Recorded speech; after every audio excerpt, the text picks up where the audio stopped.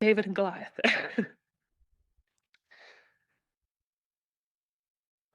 For those of you who don't know the story of David and Goliath, it's one of my favorite stories from the Bible. One of them. And it's a story about it was the Philistines versus the Israelites, right? Another big epic battle. And the Israelites were not doing very well. The Philistines, had this incredible warrior, another incredible warrior called Goliath.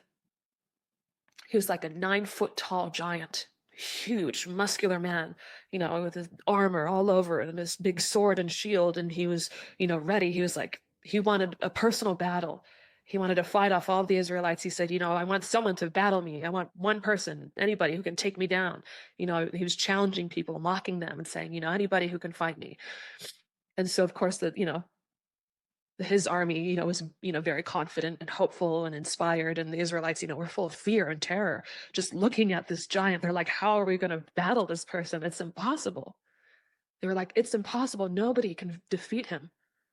Look at him. Look at his size. Look at his stature. Look at the power and the strength he has. Who can fight off this man and win? Well, little David, right? He's a little shepherd boy.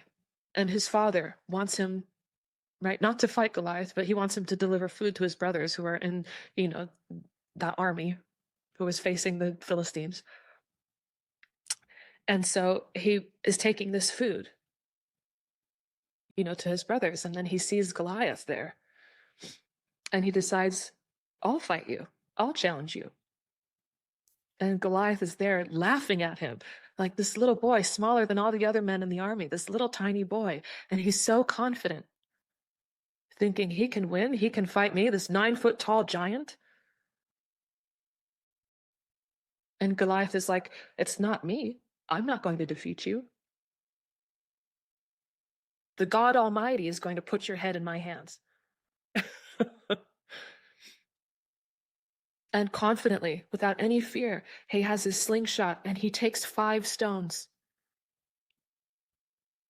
And then he takes one, slings it at the giant, hits him right in the forehead, and he sinks right into his forehead and he falls down dead.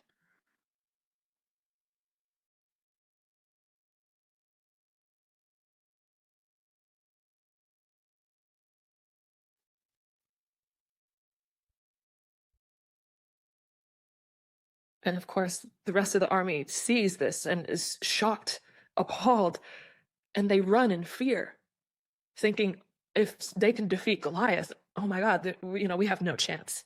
And so the rest of the army flees. And the Israelites, suddenly they regain their hope and their confidence. And then they run forward and they're like, yeah, we win the battle. All because of little David with his slingshot.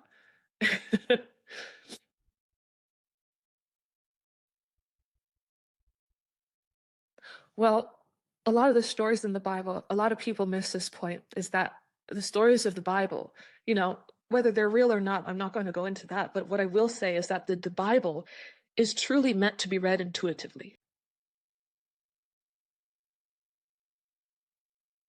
Your soul, your spirit is meant to read and interpret these stories in the Bible. They are anecdotes of deeper truths. They're not just stories of real life events that someone has dictated and written down. They're anecdotes of the soul's journey, the soul's path to divine, to enlightenment. And Goliath is this huge ego self that mocks us, that laughs at us, that says we're incapable, we're incompetent. He was saying to David, I'm going to dismember you and feed you to the dogs. Feed your flesh to the dogs. You don't stand a chance. He's laughing at this little boy, but the boy's unfazed. The Israelites, they're under fear. They're terrified. That's the mind, the thoughts in the mind. That the ego has such influence over the thoughts in our mind that our thoughts themselves prevent us from taking action, from taking a risk. Possibly they could have defeated Goliath themselves. Who knows? But they were so paralyzed by their fear. The mind was so paralyzed by its thoughts that it couldn't even bring itself to battle. And David, the soul, the spirit, the part of ourselves that is permanently rooted in that divine presence, right? The shepherd, it's a symbolic representation saying that the shepherding of our thoughts, right? The role of the shepherd is to guide the sheep, right? Is to divert them, is to direct them towards the field, the pastures of green grass, direct them to the water, direct them at home, to stand guard and protect these sheep. In the same way, the story is saying we must do the same things with our own perception, our own thoughts, our own minds. But it's through the soul that we gain the power, the faculties of our mind to be able to do that. That through the strength, the adherence of this soul with the divine, by calling forth the power from there, we have the power to defeat even the most impossible of enemies, because in reality, nothing is impossible in front of the divine. You have an infinite reservoir of strength. It is not limited. It is self-effulgent. It's capable of anything. Your presence in this life is also self-effulgent. Consciousness through you is managing your own life. You're not doing anything additional to make that happen. But when we've disconnected ourselves from that source, we limit our own power. We become entrapped in lower states of consciousness, in lower vibrations, right, in lower oscillations. And as a result, our mental capacity is diminished, our clarity of thought, our discretion, our discernment, right? The discriminatory faculties of the mind to discern between truth and falsehood is reduced to nothingness. We can't differentiate between the truth and what is illusion, what is just our perception, what is a lie our minds are telling us. Our own perception is persuading us. The ego, the Goliath, and Israelites feeling like they can't do anything about it. They're struck down, they're defeated before the battle even begins. Now, there's also a symbolic meaning behind those 5 stones.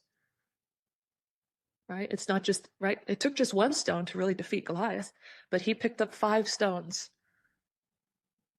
And here, David chooses 5 smooth stones from a river, a detail rich in spiritual meaning. These stones represent the divine qualities necessary to overcome the ego. The first smooth stone is faith, Shraddha, absolute trust in divine guidance. The second is discrimination, Viveka, the wisdom to discern truth from illusion. The third, inner strength, courage to act righteously despite challenges. Right? It's like the story of, the Mahabharata, where you must even relinquish any concept of personal gain in order to act righteously. Whatever challenges you face, even the challenges of personal ambition, you must have the inner strength to even forego that. Number 4, the 4th stone is meditation, dhyan, the focused concentration that stills the mind. And then, of course, the 5th stone, divine love, prema, the power that dissolves fear and separation from God. Now, these 5 stones, David picked up from a river, right? From a pond. It's symbolic in that they're smooth, because we don't start off with these qualities being perfect and smooth and ready for the plucking already. It takes time. And what smooths these stones over is that water. The nature of water smooths these stones over and makes them perfect. That with our sincerity, and the more we try and cultivate these characters, the more we act upon them, the more we direct our awareness, right? We follow the Dharma, we direct our awareness and focus on developing these characters in our lives. These characters, right? That divine grace that comes through, that evolves us when we follow the Dharmic principles and fundamentals, when we follow the truth, right? We harness more of this divine grace. This divine grace is this river. It is this water that polishes these stones on our behalves, making them smooth, making them perfect.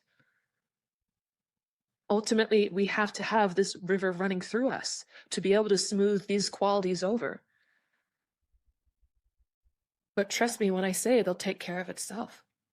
That love grows. You don't need to worry. You're like, I don't have this love of God. But even from my own experience, as a child growing, I had a significant love of God, but that love grew and it was beyond my control. It was something God did for me. That love grew more and more. I was like, I thought I loved God before, but wow, this love is a new level, something beyond what I thought I was even capable of before. By comparison, I would say I didn't love God. If this is that love now, and I didn't have to practice a methodology or a trick, it was something that just evolved through that grace over time. The more I used that love, right? It's like using a muscle. And what happens when you're working out a muscle, you have to always use, right, a weight, use an opponent, use something else that's greater than your capacity, right? If it's easy for you to use a 5-pound dumbbell, do you want to develop muscles, bigger muscles with that same 5-pound dumbbell? No, you move on. You increase the weight. You go to 10 pounds, then 15, then 20, 50. Eventually, you're bench pressing hundreds and hundreds of, well, maybe not hundreds. Bench pressing much more than I could possibly say because I don't bench press anything. I don't have that experience. I bench press love. Right? The greater the opponent, that Goliath, the more we use these qualities to establish the Dharma, no matter what challenge or opposition we face, the more we cultivate these characters. The more we use them, the bigger they grow.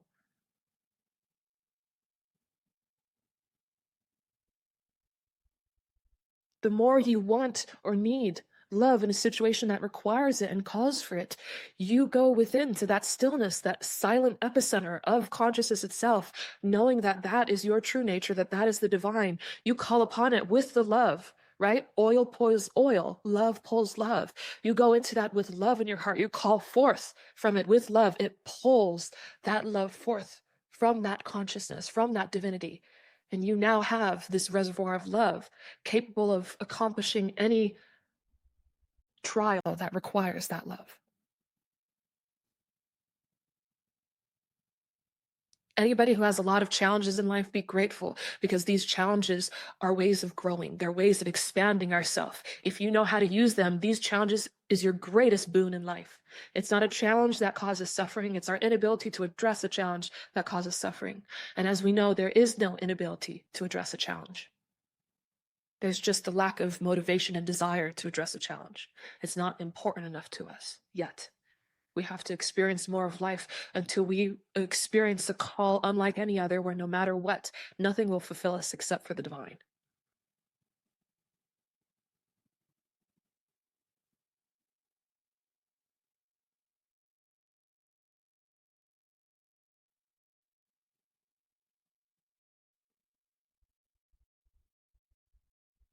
Discrimination, the more you use discrimination, the more you're on the search for truth and applying it, using it, implementing it, the more that muscle grows. The more you begin to recognize and understand. And the more even your experiences evolve and they change with your change in consciousness, you gain new experiences and it gives you new perspectives, which applied to that discrimination gives you new vantage points by which to apply those faculties of discrimination. What you thought was truth before has now evolved and changed because your world has changed.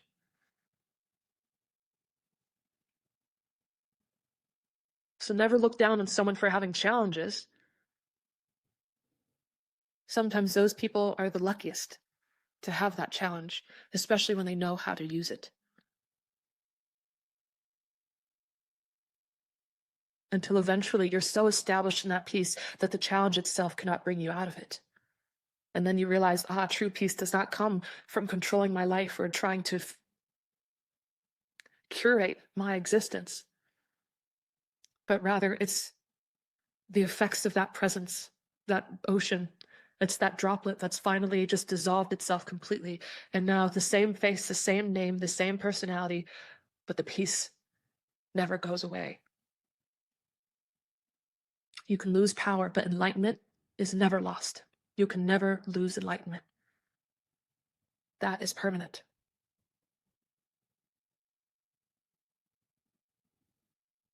If you're afraid of losing something, it's not enlightenment.